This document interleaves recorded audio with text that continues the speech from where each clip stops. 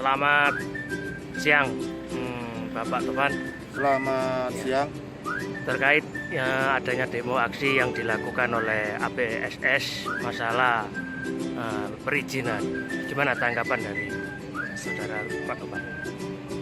Alhamdulillah untuk teman-teman semuanya, bahwa hasilnya perjuangan kita yang kita mulai tanggal 19 Juni ya. Dari 19 Juli sampai detik ini, alhamdulillah kita sudah mendapatkan hasil. Ya.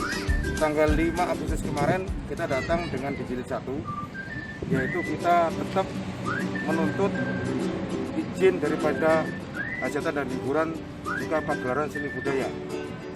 Akhirnya di hari ini di tanggal 12 Agustus kita untuk tuntutannya kita berubah, yaitu cabut Perwali nomor 28 2020 dan juga cabut Perwali nomor 33 2020. Apakah sudah dicabut perizinan tersebut?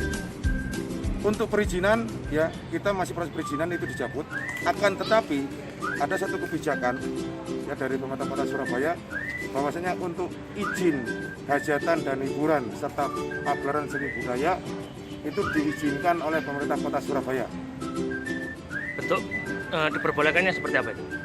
Jadi untuk sentra kuliner itu kita bisa beroperasi kembali. Untuk hajatan hiburan di orang masing-masing seperti yang punya hajat itu sudah bisa dilaksanakan, tetapi tetap masih memakai protokol kesehatan. Apakah itu nggak berkaitan dengan masalah kerumunan? Nanti untuk kerumunan ya, untuk kerumunan kita bisa siasati dengan protokol kesehatan. Jadi kita ada jarak sekitar 1 meter atau setengah meter ya untuk kerumunan. Akan tetapi untuk tuntutan kita yang pertama ya, cabut Perwali 28 2020 dan 33 2020 kita tetap berlanjut karena di situ itu sudah menyatakan semuanya. Seandainya kalau ada kendala terus tidak diperbolehkan terkait hajatan, apa yang akan dilakukan selanjutnya? Jadi Aliansi Pekerja Seni Surabaya dalam hal ini apabila tetap tidak bisa itu diterbitkan, kita tetap berjuang untuk teman-teman dari Pekerja Seni Surabaya. Baik, terima kasih. Pak Topan selaku apa ini? Saya Sekretaris Aliansi Pekerja Seni Surabaya. Ini ya luar biasa, diawali dengan aksi damai tanggal 05 Agustus kemarin. Kita kecewa dan tidak mendapatkan hasil, dan untuk jilid kedua tapi tak mengendorkan semangat juang sahabat-sahabat dan juga pekerja seni untuk aksi demo di jilid 2. Dan alhamdulillah hasil daripada aksi hari ini mendapatkan hasil yang baik dan istilahnya menyenangkan untuk sahabat-sahabat kita. Terus untuk rasa kepuasannya seperti apa itu? Ya karena kita sudah diperbolehkan bekerja dan juga perwakilan dari DPRD Kota sendiri tadi sudah menyampaikan ke sahabat-sahabat seni bahwasanya hajatan tidak dilarang, dan akan tetapi kita tetap meminta untuk pengurus APSS membuat semacam surat pernyataan dan mengetahui pemerintah Kota Surabaya dan kepolisian seperti itu. Tadi yang ngomong aja tidak dilarang itu dari siapa? Dari perwakilan dari pemerintah Kota Surabaya, Pak Irfan. Pak Irfan. Ya. Untuk jilid 1, jenengan sebagai humas menurunkan berapa aksi? Untuk pemberitahuan kita ke Polrestabes Surabaya sekitar 600 sampai 700, dan untuk jilid 2 4.000 sampai 5.000. Dan kita kaitkan di seni juga ada BKL, wedding organizer, decoration, dan juga ada panggung, shooting, lighting, rigging, dan segala yang mencakup seni kita bawa semua, kita libatkan semua seperti itu.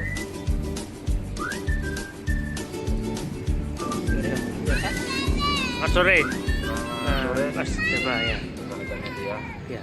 Untuk aksi sendiri tadi yang dilakukan Mas. Iya. Itu bagaimana Mas untuk mencapai yang diperbolehkan Mas? Sebelumnya kami ucapkan terima kasih kepada semua seniman yang ada di Surabaya yang sudah memberikan solidaritasnya, perjuangannya. Terima berterima kasih di aksi yang kedua tanggal 12 Agustus.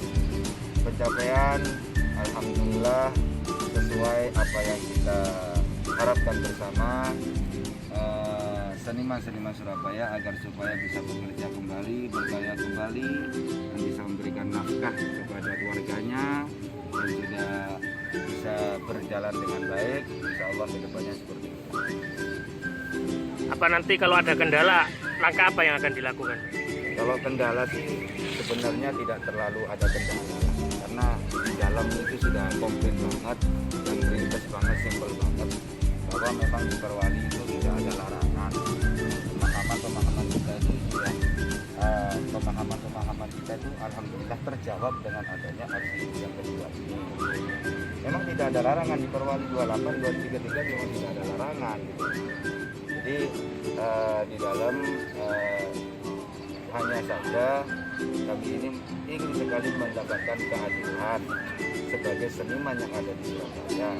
Yang terjadi awal mulanya yang ada di Perwali 28 dan 33 itu tidak sama dengan ada yang di lapangan.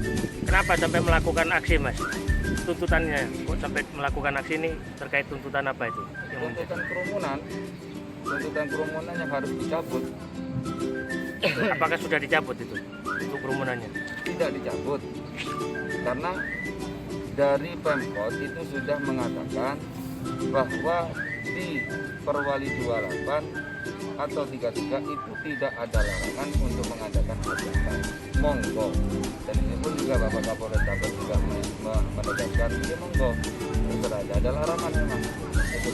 Cuman kalau masalah kerumunan itu mungkin bisa kita atasi dengan protokol kesehatan. Bagaimana caranya kerumunan itu tidak terjadi, ya kita terapkan protokol kesehatan.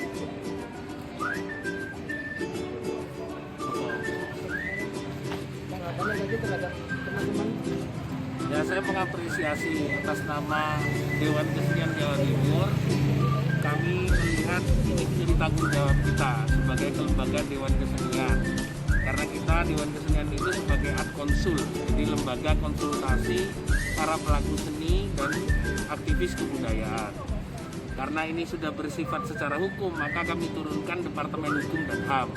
Nah, kajian mereka bahwa pelaku seni itu sebenarnya tidak terlibat secara langsung terhadap aturan-aturan ketentuan Perwali 28 sama 33. Hanya saja memang polisi memang mencari dasar bagaimana kawan-kawan bisa beraktivitas. Nah, disitulah kami ikut terlibat, turun mengapresiasi, memberikan semangat, karena saya yakin ini adalah tanggung jawab kami sebagai lembaga kesenian untuk melindungi aset seniman itu adalah aset intelektual kebudayaan. Jadi karena kita melihat bahwa seniman itu sumber daya manusia yang intelektualis, maka itu wajib negara hadir dan lembaga kesenian wajib melindungi.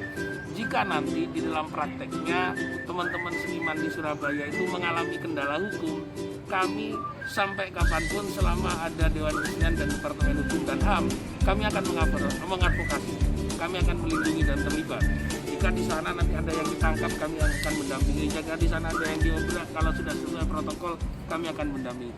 Ada hal-hal apapun nanti ke depan buat aliansi pekerja seni Surabaya, kami akan terus mendampingi sampai kapanpun. Itu komitmen. Sebesar apa Mas Taufik sebagai Dewan Kesenian untuk membantu para seniman-seniman yang akan melakukan aksinya, seperti halnya untuk mengadakan hajatan ataupun itu nanti mengadakan untuk acara orkes-orkes yang lain, seperti apa tanggapan Mas Taufik sebagai Dewan Seni akan melindungi hal ini?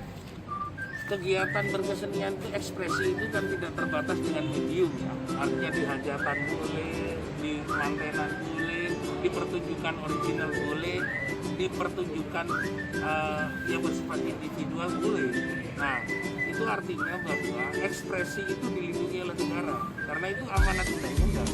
Jadi kita itu kalau mengacu kepada Undang-Undang Nomor 5 tahun 2017 atau kami ini lembaga kita dilindungi oleh Inmen 5A tahun 93, seniman itu adalah bagian dari 10 unsur pemajuan kebudayaan. Seni itu adalah bagian yang dilindungi oleh negara. Seninya saja itu dilindungi, apalagi orangnya. Kita kalau bisa lihat di UNESCO itu batik saja dilindungi oleh negara, keris aja dilindungi oleh dunia. Lalu juga batik, keris, wayang juga dilindungi oleh dunia. Bagaimana juga negara itu mau melindungi pelakunya? Ini kan salah kaprah. Nah, makanya maksud saya, marilah negara itu mengkaji pelakunya itu yang harus kita lindungi karena mereka adalah penghasil dari karya intelektual kebudayaan. Nah, kan di sini kan ada dua unsur. Satu pelaku seni, sama yang kedua itu bukan pelaku seni sama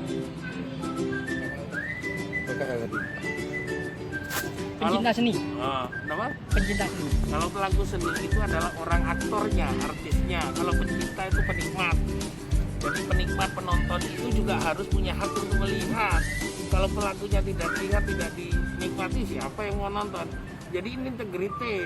Penikmat seni itu orang yang berusaha untuk secara rekreatif untuk melakukan apresiasi terhadap karya seni. Penikmat, penonton, pelaku sama dalam bagian bingkai yang dilindungi oleh negara. Apakah selama COVID ini terhadap pelaku seni ini yang dirugikan sejauh mana?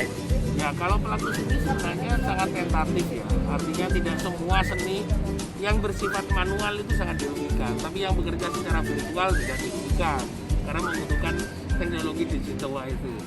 Nah, menurut saya yang manual ini, yang analog, yang bekerja secara langsung dengan masyarakat, itu yang juga harus kita lindungi. Karena itu bagian juga terpenting untuk menumbuh kembangkan instrumen influence sampai atmosfer kebudayaan. Berarti tidak ada tebang pilih ya antara pelaku seni dengan pencinta seni. Tidak ada, karena semua unsur itu sudah integrated. Karena pelaku itu adalah intelektualis, penikmat itu adalah apresiator. Jadi apresiator dan pencinta itu harus integrated. Jadi sama-sama harus dilindungi. Oke. Baik, terima kasih. Terima kasih. Tadi sempat di sana itu Bapak membolehkan itu secara lisan atau secara tertulis? Secara lisan. Lisan, berarti belum secara tertulis ya? Begini saya jelaskan. Kalau secara tertulis itu bukti forensiknya kertas. Tapi Pekerja seni Surabaya, Wani Joko Surabaya. Yes.